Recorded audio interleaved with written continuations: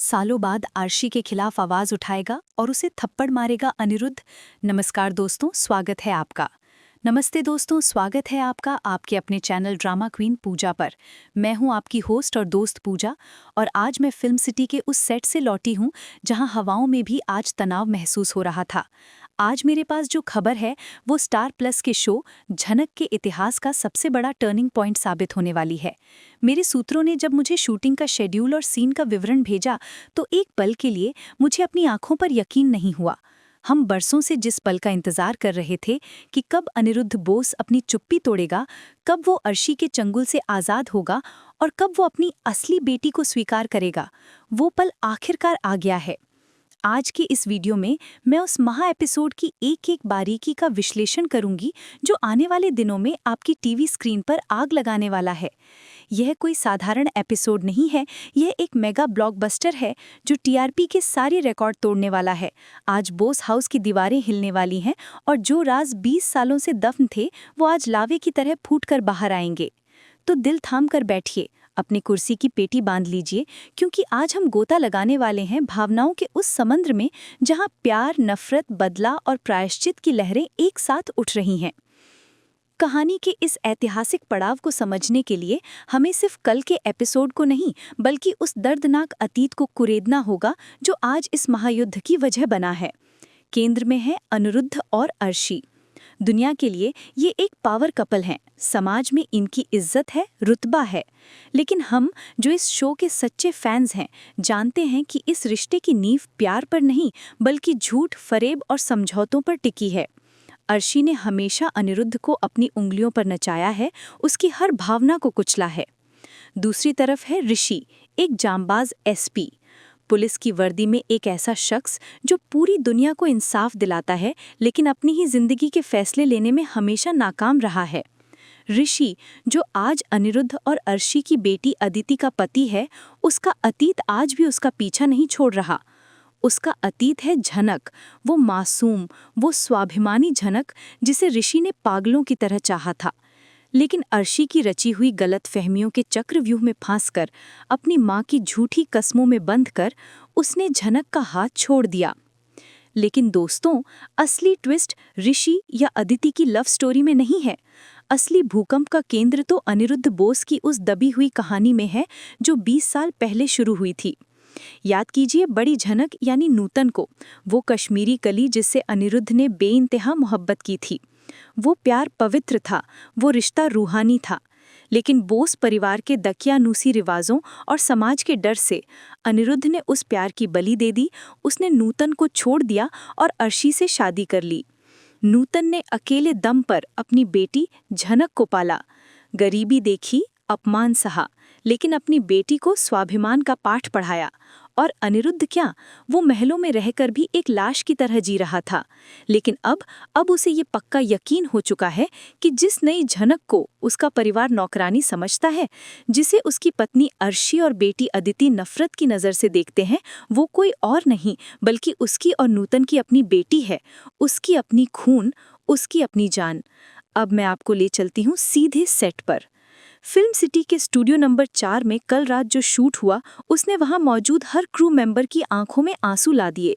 Set पर Bose house का interior लगा हुआ था, रात का सीन था, बाहर कृत्रिम बारिश यानी आर्टिफिशियल रेन का सेटअप था जो सीन की गंभीरता को और बढ़ा रहा था।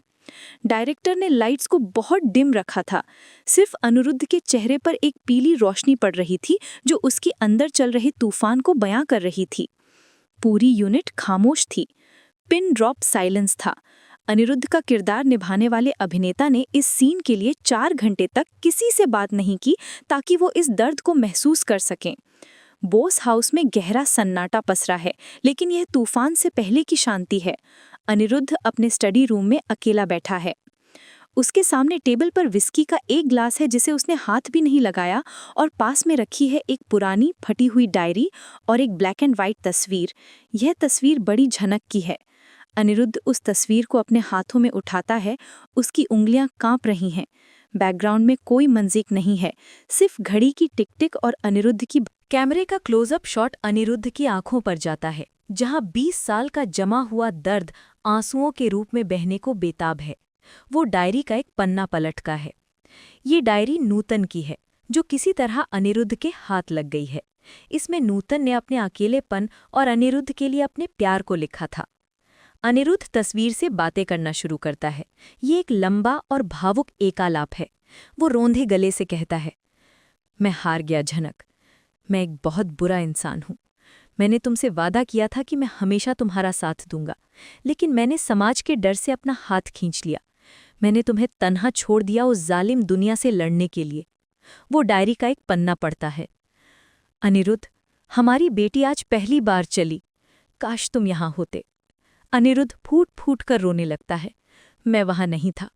मैं कभी वहाँ नहीं था। जब उसे मेरी ज़रूरत थी, मैं अर्शी की दी हुई पार्टियों में झूठी हंसी हंस रहा था। तुम चली गई, हमेशा के लिए, और मैं यहाँ अपनी कायरता का बोझ ढो रहा हूँ। अचानक उसके चेहरे के भाव बदलते हैं। अफसोस की जगह अब दृढ़ता ले लेती है। वो आगे कहता है, लेकिन कुदरत ने मुझे सुधरने का एक और मौका दिया है। हमारी बेटी, वो छोटी झनक, वो बिल्कुल तुम्हारी तरह है। वही स्वाभिमान, वही जिद, वही आंखें। जब भी मैं उसे देखता हूँ, मुझे तुम दिखाई देती हो। और मैं इतना कायर हूं कि जानते हुए भी उसे सीने से नहीं लगा पाया। मैं चुपचाप तमाशा देखता रहा जब अर्शी और अदिति ने उसे जलील किया, जब ऋषि ने उसे छोड़ दिया। अनिरुद्ध मुट्ठी भींच लेता है। लेकिन अब और नहीं। मैंने एक झनक को मरने दिया, लेकिन अपनी दूसरी झनक को, अपनी बेटी को मैं इस नफरत की आग में जलने नहीं दूंगा। चाहे इसके लिए मुझे अर्शी से लड़ना पड़े, अपनी बेटी अदिति के खिलाफ जाना पड़े, या पूरी दुनिया को दुश्मन बनाना पड़े। ये अनिरुद्ध का पुनर्जन्म है। वो अनिरुद्ध जो अर्शी की हाँ में हाँ मिलाता था, आज मर चुका है। तभी कमरे का भारी ओक वुड दरवाज़ा चरमराता है। अर्शी वहां आती है। अर्शी ने एक शानदार मरून सिल्क की साड़ी पहनी है, गले में हीरों का हार है, चेहरे पर वही पुराना रईसी घमंड। उसे लगता है कि अनिरुद्ध अभी भी बिजनेस की किसी डील को लेकर परेशान है। वो अनिरुद्ध के पास आती है, अपना हाथ उसके कंधे पर रखती है, जैसे वो कोई ट्रॉफी हो जिसे वो ओन करती हो। अर्शी लापरवाही से पूछती है, अनिरुद्ध, इतनी रात गए यहाँ क्या कर रहे हो? कल ऋषि और अदिति की रिसेप्शन पार्टी है, तुम्हें फ्रेश दिखना है, चलो सो जाओ। लेकिन अनिरुद्ध कोई जवाब नहीं देता। अर्शी की नज़र टेबल पर पड़ती है और उसका हाथ रुक जाता है। वो उस पुरानी तस्वीर को पहचानती है। 20 साल पहले उसने खुद कोशिश की थी इस तस्वीर को जलाने की। अर्शी का चेहरा गुस्से से लाल हो जाता है। वो झपट कर तस्वीर उठाने की कोशिश करती है। ये कचरा अभी भी तुम्हारे पास है। लेकिन इससे पहले कि वो तस्वीर को छू पाती, अनिरुद्ध उसका हाथ पकड़ लेता है, इतनी जोर से कि अर्शी की कलाई में दर्द होने लगता है। कचरा ये तस्वीर नहीं, तुम्हारी सोच है अर्शी। अनिरुद्ध की आवाज में वो सख्ती है जो अर्शी ने पिछले 20 सालों में कभी नहीं सुनी। अर्शी चीखती है, हाथ छोड़ा मेरा। तुम्हारी हिम्मत कैसे हुई? अभी भी तुम उस 2 टके की औरत की यादों में खोए हो। अनिरुद्ध, शर्म आनी चाहिए तुम्हें। वो मर चुकी है, और उसकी वो मनहूस बेटी झनक, उसे भी हमने अपनी जिंदगी से, ऋषि की जिंदगी से बाहर फेंक दिया है। अब अदिति और ऋषि खुश हैं, तुम क्यों उस गंदे खून की यादें कुरेद रहे हो? अर्शी के मुंह से गंदा खून शब्द निकलते ही अनिरुद्ध का सब्र का बांध टूट जाता है। वो झटके से अर्शी का हाथ छोड़ता है और खड़ा हो जाता है। उसका कद अचानक अर्शी से बहुत बड़ा लगने लगता है। बाहर बिजली कड़कती है, जिससे कमरे में एक पल के लिए रोशनी होती है, और हम अनिरुद्ध की लाल आंखें देखते हैं। अनिरुद्ध शेर की तरह दहाड़ता है, अर्शी, अपनी जबान को लगाम दो। तुमने क्या कहा? मनहूस? गंदा खून? मनहूस झनक नहीं है अर्शी, मनहूस तुम्हारी सोच है। गंदा वो खून नहीं जो उसकी रगों में बह रहा है, गंदा वो दिल है जो तुम्हारे सीने में धड़क रहा है।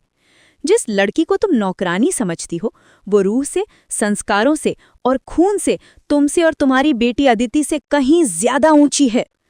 अर्शी हक्की बक्की रह जाती है। वो फिर भी अपना रौब झाड़ने की कोशिश करती है। तुम मेरी बेटी की बेइज्जती कर रहे हो उस सड़क छाप लड़की के लिए? अनिरुद्ध, मत भूलना, मैं इस घर की मालकिन हूं।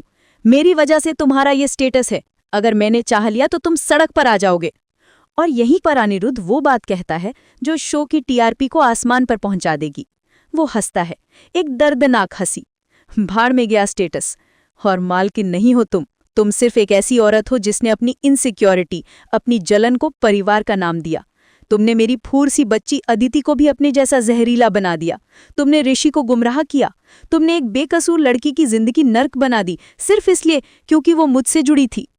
अनिरुद्ध अर्शी के बेहद करीब जाता है और उंगली उठाकर कहता है, आज मैं तुम्हें अपनी जिंदगी की आखिरी चेतावनी दे रहा हूं अर्शी।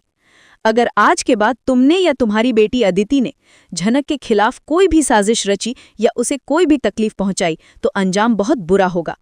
और सुन लो, अगर मुझे पता चला कि ऋषि और झनक के तलाक के पीछे तुम्हारा हाथ था तो मैं भूल जाऊंगा कि तुम मेरी पत्नी हो। मैं तुम्हें इस घर से बाहर निकाल फेंकूंगा। दोस्तों, सीन यहीं खत्म नहीं होता। कैमरा पैन करता है और हमें स्टडी रूम के दरवाजे के बाहर का नज़ारा दिखाता है। वहां अंधेरे में एक साया खड़ा है। वो है ऋषि, हमारा एसपी ऋषि। उसने रिसेप्शन के लिए अनिरुद्ध से कुछ बात करनी थी, लेकिन अब वह मूर्ति की तरह जमा हुआ खड़ा है। ऋषि ने सब सुन लिया। उसने सुना कि अनिरुद्ध झनक को बचाने की बात कर रहा है। उसने सुना कि अनिरुद्ध अर्शी को धमका रहा है। उसके दिमाग में अनिरुद्ध की लाइन गूंज रही है, वो खून से अदिति से ज्यादा ऊंची है और वो मुझसे जुड़ी है। ऋषि के चेहरे पर पसीने की बूंदें हैं। उसका दिमाग तेजी से चल रहा है। अनिरुद्ध अंकल झनक के लिए इतना क्यों तड़प रहे हैं? वो तो हमेशा कहते थे कि झनक एक धोखेबाज है। आज वो अर्शी माँ के खिलाफ क्यों जा रहे हैं? और वो डायरी, वो फोटो, क्या कनेक्शन है? ऋषि का पुलिसिया दिमाग अब कड़ियों को जोड़ने लगता है। उसे याद आता है कि झनक की माँ का नाम नूतन था। उसे याद आता है कि अनिरुद्ध अक्सर कश्मीर जाते थे। उसे याद आता है कि झनक की शक्ल अनिरुद्ध की पुरानी तस्वीरों से कितनी मिलती है। ऋषि के मन में एक बिजली कौंधती है। क्या ऐसा तो नहीं कि झनक अनिरुद्ध अंकल की ही बेटी है? ये ख्याल आते ही ऋषि के पैरों तले जमीन खिसक जाती है। उसे चक्कर आने लगता है। हे भगवान, अगर ये सच है तो मैंने क्या किया? मैंने बोस खानदान की असली वारिस को घर से निकाल दिया। मैंने उस लड़की पर इल्जाम लगाए जो मासूम थी। ऋषि की आंखों में आंसू आ जाते हैं। वो वहां से चुपचाप अपने कमरे की तरफ भागता है, लेकिन अब उसका मकसद बदल चुका है। अब वो पति नहीं, पुलिस वाला बनकर सच खोजेगा। अनिरुद्ध के कमरे से निकलने के बाद अर्शी अपने कमरे में नहीं जाती। वो सीधे अदिति के कमरे में जाती है। अदिति सो रही है। अर्शी उसे झंझोड़ कर उठाती है। अर्शी के बाल बिखरे हैं, वो डरी हुई है, लेकिन उससे ज्यादा गुस्से में है। अदिति घबराकर पूछती है, क्या हुआ मॉम, आप इतनी रात को? अर्शी मगरमच्छ की आंसू रोना शुरू कर देती है। अदिति, हम बर्बाद हो गए। तुम्हारे पिता, वो पागल हो गए हैं। वो उस झनक को इस घर में वापस लाना चाहते हैं। अदिति चौंक जाती है। क्या? लेकिन क्यों? अर्शी झूठ का जाल बुनती है। वो अदिति को सच नहीं बताती कि झनक उसकी बहन है।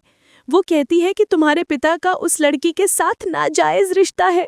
वो उसे अपनी दूसरी पत्नी का दर्जा देना चाहते हैं। वो तुम्हें और मुझे सड़क पर फेंकना चाहते हैं। अदिति अदिति जो अपने पिता से बहुत प्यार करती है, ये सुनकर टूट जाती है। उसका प्यार नफरत में बदल जाता है। डैड ऐसा कैसे कर सकते हैं? ऋषि मेरा है, ये घर मेरा है। अर्शी उसका चेहरा पकड़ती है और कहती है, तुम्हें लड़ना होगा अदिति, अपनी माँ के लिए, अपने हक के लिए। हमें उस झनक को हमेशा के लिए रास्ते से हटाना होगा, इससे पहले कि अनिरुद्ध उसे यहाँ ले आए। अदिति की आंखों में अब नींद नहीं, बल्कि बदले की आग है। माँ बेटी मिलकर अब एक खौफनाक साजिश रचने वाली हैं। शायद कल की रिसेप्शन पार्टी में झनक के साथ कुछ बहुत बुरा होने वाला है। वहीं दूसरी तरफ हमारी हीरोइन झनक, वो बेचारी इन सब से अनजान है। सीन शिफ्ट होता है मुंबई की एक चौल में। झनक एक छोटे से सीलन भरे कमरे में बैठी है। बाहर मूसलाधार बारिश हो रही है। छत से पानी टपक रहा है जिसे वो बर्तनों में भर रही है। झनक अपनी माँ की तस्वीर सीने से लगाकर बैठी है। वो बेहद कमज़ोर लग रही है। वो तस्वीर से बातें करती है। माँ, आज मुझे बहुत अजीब लग रहा है। ऐसा लग रहा है जैसे कोई मुझे आवाज़ दे रहा है, जैसे कोई अपना मेरे लिए रो रहा है। क्या आप मुझे याद कर रही हैं? यहाँ डायरेक्टर्स ने एक बहुत ही खूबसूरत टेलीपैथी वाला मोमेंट क्रिएट किया है। अनिरुद्ध वहाँ बोस हाउस में झनक का नाम पुकारता है, मेरी बच्ची। और यहाँ झनक को अचानक हिचकी आती है। वो अपने सीने पर हाथ रखती है। उसे महसूस होता है कि शायद वो इस दुनिया में उतनी अकेली नहीं है जितना वो सोचती है। मेरे सूत्रों का कहना है कि अगले एपिसोड में अनिरुद्ध भेष बदलकर झनक को देखने जाएगा। वो उसे दूर से देखेगा। उसे संघर्ष करते हुए देखकर उसका कलेजा फट जाएगा। वो गुमनाम बनकर उसकी मदद करना शुरू करेगा। मकान मालिक को पैसे भिजवाएगा, उसके लिए राशन का इंतजाम करवाएगा। अगली सुबह का मंजर और भी तनावपूर्ण है। बोस हाउस का डाइनिंग टेबल, सब नाश्ता कर रहे हैं। अनिरुद्ध आता है तैयार होकर। वो एकदम शांत है। वो अर्शी की तरफ देखता भी नहीं है। अर्शी डरी हुई है कि कहीं अनिरुद्ध सबके सामने कुछ बोल ना दे। अदिति अपने पिता को घूर रही है। उसकी आंखों में नफरत साफ दिख रही है। अनिरुद्ध अदिति से पूछता है, बेटा, रिसेप्शन की तैयारी कैसी है? अदिति तपाक से जवाब देती है, आपको क्या फर्क पड़ता है डैड? आपको तो वैसे भी घर के बाहर की चीजें ज्यादा पसंद हैं। ये कटाक्ष सीधा अनिरुद्ध के दिल पर लगता है। ऋषि चुपचाप अपनी चाय पी रहा है, लेकिन उसकी नजरें अनिरुद्ध और अर्शी के चेहरों को स्कैन कर रही हैं। वो नोटिस करता है कि अनिरुद्ध के हाथ से डायरी गायब नहीं हुई है, वो अभी भी उसकी पॉकेट में है। ऋषि मन ही मन फैसला कर लेता है, आज रात पार्टी में मैं उस डायरी को हासिल करके रहूंगा। सच उसी में छुपा है। पंट। तो दोस्तों, सवाल ये उठता है कि अब आगे क्या? मेरी भविष्यवाणी ये है। 1. ऋषि का जासूस अवतार।